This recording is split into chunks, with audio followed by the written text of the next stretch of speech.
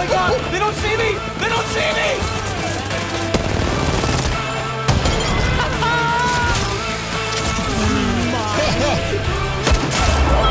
Exciting! X Games Minneapolis 2019.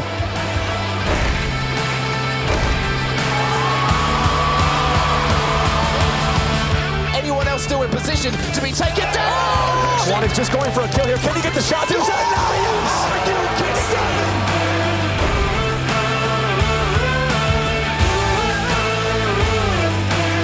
Best multiplayer game. Apex Legends. Thank you. I love you guys. It's party time. Always watching.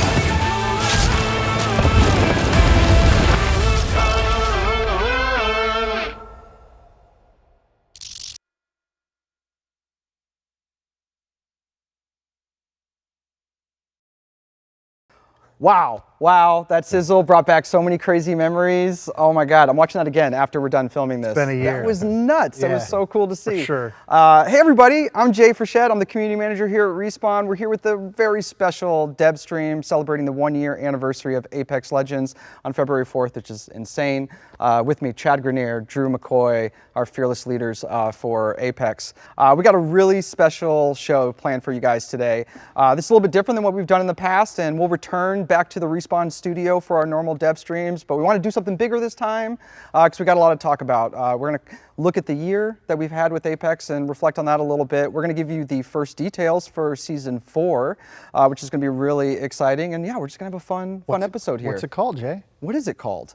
You tell me. Assimilation. There it is. Your first details for Season 4 will be called Assimilation. We're really excited about this one. We've had some fun things planned for it, so stay tuned for that. But first up, man, going through that sizzle, that really made me like, I'm feeling like this time last year we were here. We were in this building We were literally like 12 at the months mocap and like stage, yeah. 4 days ago, I think. Filming our intro videos and stressing out about launching Apex. And actually mocapped all of the launch legends in this space. Yeah. That is true. Yeah. That is true. This is where they were all born. We've got a bigger and fancier one now, but this served us very well for a few years. You know, speaking of like the mocap work that was done here, really makes me think back of production and the Legends. Yeah. And developing the Legends when we decided this was going to be a character-based game. And I didn't realize the depth of what that was going to mean for us. Really kind of late into playtest. And for me, it was when it was Lifeline. She's the one that stands out. Yep. Lifeline was the one of the moment. first characters that really came together. She was the first Legend that I mained a lot in early development. And when her first, like, when the art started coming in and her voice started coming in and she would say her lines when you would ping, that's where everything kind of clicked for me of like where this was magical compared to other shooters that I had played, and that our characters really had the personality, and so I was starting to get attached to them from a different way outside of just, I enjoy playing this character because of their gameplay. Yeah, it was tough for us because we've never made a game about characters before. Like they are the backbone of Apex. And so it was frustrating, but during development when I would go to Dusty, one of the studio heads, and be like, oh, the game's gonna be like this, we're gonna do that, and he's like, you're saying you're making a character game. Like, I'm not feeling character yet. I'm like, yeah, it's all temp models and temp audio. Like, of course there's no character coming through, but kept getting pushed. And so we were trying everything we could to imbue the game with character and trying to really understand the Legends. And then to see the reaction from players, like the amount of cosplay, the fan art, the way it's touched people, and like the diversity of characters and how it can appeal to so many different types of people, to see that actually like land as well as it has been like super important and incredible to just like witness. Yeah, agreed. To me. What about for you, Chad? What about the Legends is really stand out for you in development? Well, the challenging part is how do you make a character game and tell the story of these characters in a multiplayer game? There's no campaign. Yeah. So that was a fun challenge, trying to do that. And we're releasing videos like the Wraith lore video, the animated short. Stands out as a really cool part of what we've done here. So. Yeah, I think like as we've released content for the game, like seeing how we tie outside game content to in-game storytelling, to the CG pieces, like all of the way the dots connect and how it's like I'm excited not just for new content like playing on a new map or whatever, but you learn something about the legends and have some context to them, or understand legends that have a history together.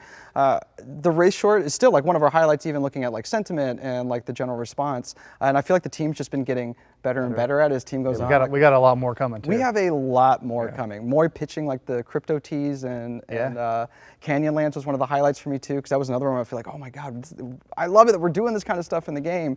And also just our culture where like, a great idea can come from anywhere, and if people get excited about it, we'll run with it. Well, and also to see like the fan reactions to stuff like that, like with the holiday event and Mirage and the little voice recorder and having people find that. And it's not a huge amount of people that go deep on this stuff, but it's super meaningful to them. And to like, it's actually like really fun to like leave little breadcrumbs and like see people are picking apart, and go to the Apex lore subreddit and see all their latest crazy theories. And it's, as a parent, you get really excited like at Christmas as well, because you want to give your kids like cool presents and get them excited.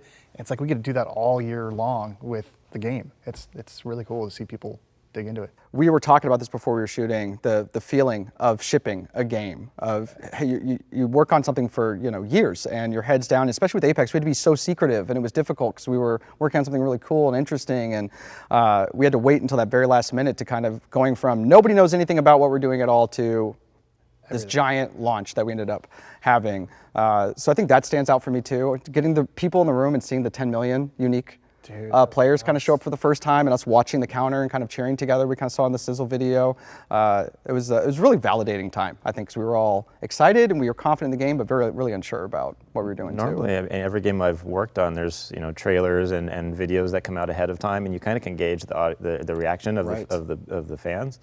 And so this was super nerve-wracking, like working in total secret up until the launch day, and you're just going, we've put our whole life into this for the last 3 or 4 years, and what if no one cares? Yeah, especially when it was kind of like a game no one expected to make when we started the project, and players weren't expecting. So when I took over the project and I was put in charge of it, I was like, well, let's hope this works. It was like Chad said, it was incredibly nerve-wracking, and it's kind of hard if you've never been a part of shipping or unveiling a game, but you're so close to it, you literally can't tell if it's any good anymore. It's true. Like you take outside feedback and you hear what people are saying, you play test it a lot, but you never know. Like the audience is going to be so fickle most of the time, and so it was like, I was sitting there, biting my nails, like, don't talk to me. I'm just going to watch the stream, watch chat, see what people say, and that first day was just incredible. And then followed by a, oh no, what did we create? Yeah. Yeah, went from exciting to scary, really quick. Yeah, back in March, I'm sure a bunch of players, especially Reddit, will remember how underwhelming Season 1 was. Like, we weren't happy with what we did. We were up against it, like Chad said, like, oh crap, what do we do? Yeah. And I remember being really down. It was like, crap, we're not good at this, like, players are angry, blah, blah, blah. And I went into playtest, or one of our 5 p.m. playtests, and it was of what became Season 3. So we're playing on World's Edge. We were playing with Crypto and Watson, new weapons, like a bunch of the new stuff that was long lead time things. And I was like, oh, wait, this is where we're getting to? Like, this is only 6 to 8 months away? Like, okay, we're gonna be fine. Like, Season 3 for me, or like way before it shipped, was the marker and the line in the sand of like, okay, we can do this. Like, we're gonna make it. So Season 3 was actually that point for me as well. Definitely. We're in that point again, where we're doing the 5 p.m. playtest and going, oh man, this stuff's only a few months away. That's really exciting, and I'm excited for what we have coming forward, definitely in Season 4, both with the storytelling that we're going to be doing, with the legend that we're introducing. There's some really fun stuff, which we're going to give you some of the first details on, so I'll just go ahead and kick things off a little bit for it. Season 4 Assimilation is going to be launching on February 4th. The 1-year anniversary of Apex Legends will be the launch of Season 4. We're going to talk about some of the details in the next segment, but just right off the bat, we wanted to sort of recognize and celebrate the folks who have been with us on this journey, and also, kind of take a look at, like, here we are 1 year in. So what's a 1 year anniversary? That's some rewards for our players. So we will have some login rewards that'll come out with season 4. And so way it'll break down is we'll have a gun charm. That's a paper crane. That's really cool. The gun charms have been amazing. Shout out to our amazing artists and everyone who's been making those. Like, seeing the slate of things that are coming are great. There will be 3 badges, one of which you earn depending on kind of like where you came in for the game. And there will be an XP boost for you as well. So that's kind of the first tease for it. But yeah, coming up in our next segment, we will give you some of the first details for season 4. So stay tuned. All right, and we're back with our next segment where, like we were saying before, I'm going to give you some of the first details of Season 4, a simulation launching on February 4th. To help me with that, I've got Jason McCord and Tom Casiello, our writer, our designer, just the people I need to talk about some of the exciting stuff we have coming. I think first off, right, it's not a new season of Apex Legends without a new legend. So I will go ahead and announce for you folks, our next legend coming in Season 4 is Forge. Take a look at that handsome guy. Call him Jimmy. He's a great guy. Super excited about him. I know you guys have a lot of fun, like, with writing him. Tom, tell us a little bit about Forge. Yeah, no, he's this guy's the exact opposite of Crypto, who's our last legend we introduced. This guy is he's a brawler. He gets up close and personal with you, and he's got a mean left hook, if you can see from the picture. Yes. He's a 5-time Hyper Fighting Federation champion. That's a mouthful. Okay. Yes. That's funny because you have a little experience with that. I do. I might have a past with a certain sports entertainment company. Yeah. So I got talked to pull about on Tom. that. Yeah. I got to pull on that, which is great when we were writing this character. It was really cool. That's awesome. That's awesome. So, you know, outside of that, what's a little bit more kind of about his, like, personality and kind of like his motivation for coming into big personality, and he's conquered one world with the MMA world, and now he wants to conquer another one with the Apex games. He's also the first legend we're introducing who is corporate sponsored. Yes. That's right. Yes. And his sponsor is Hammond Robotics. Now, I don't know if Apex Legends people know that, but if you're a Titanfall fan, you've heard them before. Yes. But yeah, are they good? Are they bad? I'll have to play to find out. I know even within the map, we're starting to play with that as well, leading up to Season 4 that players should keep an eye out for. Yeah, we'll have big map changes coming to World's Edge. You know, similar to the way we did Kings Canyon update in Season 2, where we changed a big portion of the map, we'll do something like that for World's Edge. Hammond might have something to do with it. Mm-hmm. So you guys gonna have to wait for that one. We always have amazing trailers coming out for it. We have lots more details leading up to the launch. We don't want to spoil everything just yet that we have in store for it, but yeah, expect a cool map change. We're not done with World's Edge yet, which is really exciting.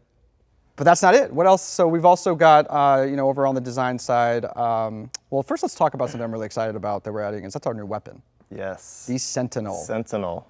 So break this down for me, McCord. Sentinel is a new sniper rifle. It's a bolt-action sniper rifle. So it feels really powerful. It's got that cool, you know, animation when you cock it back. It's a little different than our other sniper rifles because it has a charge mechanic. Yes. So don't want to go too deep on that right now, but it does give you a little more decision-making to do whenever you're taking those shots. Do you really want to try and take the most powerful shot you can take right now, or you know, there's some good gameplay there that we're having a lot of fun with. Yeah, I've enjoyed playing a lot as well, and it does have that neat twist of almost like there's another kind of fire mode to it almost that's there, which is really interesting that we'll have, you'll definitely be seeing in our trailers and our breakdowns kind of moving forward as well. And also, we're making some pretty awesome changes to Ranked coming in for Season 3 that we've been talking about on the web. And next up, I'm gonna have Chin, one of our designers, who's going to walk us through what to expect in Ranked for Season 4.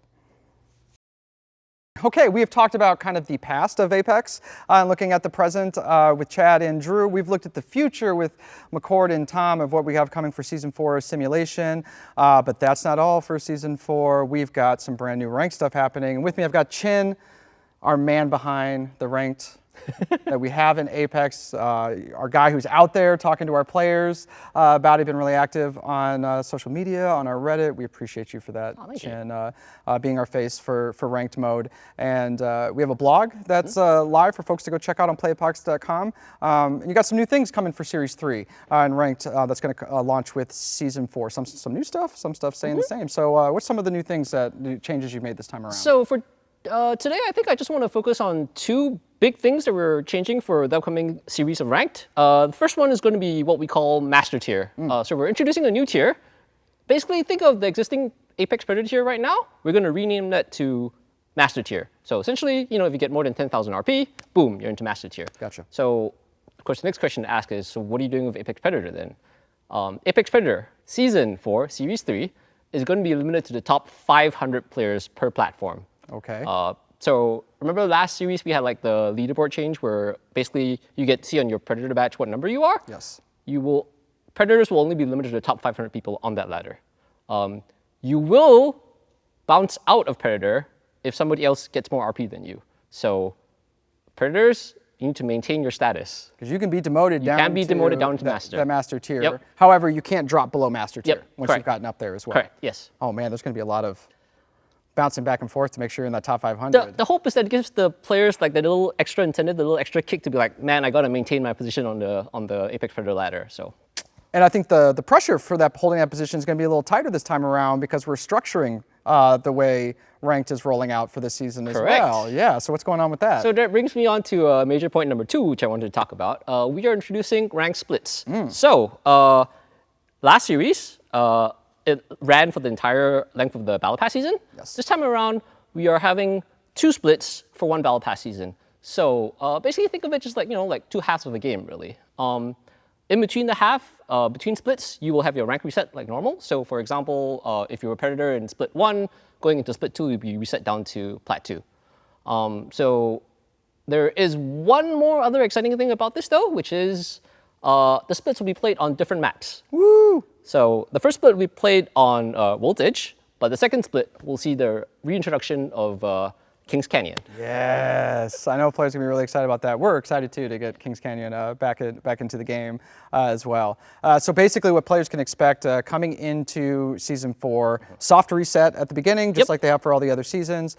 You will play ranked with a new tier on World's Edge during a split that will last basically around half of the season. Correct. And that split will end. There will be another soft reset that will happen to all players. Ranked split 2 will begin. And that will be on Kings Canyon this time. And you will run through till the end of the season for that as well. That's pretty exciting. So there's one more extra detail I wanted to mention. So the rewards for the ranked series is dependent on the highest tier you've achieved on either of the splits. So for example, if you achieved Apex Predator on the first split and you achieved Diamond on the second split, you will get the Apex Predator rewards. The other thing, though, is that if you have the same rank in both splits, we'll give you a little something extra. We'll give you an animated version of your rank badge. Otherwise, it'll just be the static version of the higher tier that you achieved. Cool. And as far as the scoring itself, that's staying the same? That's unchanged. We made some small tweaks, like we're increasing the assist time from 5 to 7.5 seconds, and some characters now have abilities that don't necessarily damage, but still give assist credit. But for the most part, it's the same. That's really exciting. That's very, very cool. I think that addresses a lot of player feedback that we've had, both internal players that we've brought in to come let us know how they feel about ranked and stuff we've heard from other players. So I think between splits, Kings Canyon coming back, that's amazing. And I think putting those high stakes in Apex Predator now, where it's like once you get there, you're not guaranteed the spot. Correct. You got to make sure you keep earning it because someone's going to be coming for it. That's pretty cool, Chen. Nice job, buddy. Thank you. You really did well this time. That's really exciting. Well, in addition to kind of feeding into ranked is kind of competitive play, which is a big part of our game. As well. And in this last December, if you've been following us, we officially announced the Apex Legends Global Series, which is really exciting. And so I've got a few more things that we're going to kind of recap and then kind of let you know what to expect coming up very soon, and also in the first parts of this year. I'm going to use a little cheat sheet here because we've got a ton of stuff that's happening. And so just to kind of recap, what the Apex Legends Global Series is going to be about. This is a competitive ecosystem that's going to feature 12 live global events that we're going to have players representing over 60 countries, which is going to be awesome. I love seeing, you never know where the best players are going to come from, so it's really exciting it out. So in addition to that, these guys are going to be battling out over the course of the series for $3 million in cash prizes, so the stakes are there for that one too. That's definitely a lot of money. And we're going to be kind of kicking things off with our first online qualifier, and that's going down this weekend on January 25th through the 27th. And then coming up next, the next online qualifier we'll be having on February 29th through March 2nd. And then all of this, what we're doing is leading into that Apex Legends Global Series Major, and that's going to be in Arlington, Texas on March 13th through the 15th. And then today, the CGD, our wonderful competitive guys, they allowed me here to reveal some of the locations for our first 2 Apex Legends Global Series premiere events. So I get to be the fortunate person to relay that. So our first premiere event is going to take place April 24th through 26th in Paris. In Paris. I'm open for any rosters looking for a squad mate for that one. That would be awesome. And then our second one happening on May 30th through the 31st in Bucharest, which is really exciting as well. So great to see that kind of global presence for the game. There's going to be a lot more to talk about with competitive play over 2020. So make sure to follow all of our channels, and you can get the details of our announcement and the series. Head over to playapex.com. So it's really, really exciting stuff. Well, Chin, thank you so much for coming to talk about rank. I know you're very busy, and you got a million more things to do before we chip season. You're already looking at me like, yes, Jay, are we done? Are we done? Thanks for watching. Thank you. All right, that's basically our stream to give you guys some of the first details of Season 4 and looking back on the year. So a reminder, Season 4 simulation drops on February 4th. Make sure to check playapex.com and follow us on Twitter for all the details, patch notes, and cool stuff that we have rolling out, including the website is live today with the first details of Season 4 we talked about. Chin had to go because he's got a bunch of Season 4 stuff to finish for rank, so he had to head back to work. But from all of us, thank you guys so much for watching. Thank you for all of your support. We can't wait to show you what we got coming in 2020. Have a good one. See ya. Bye.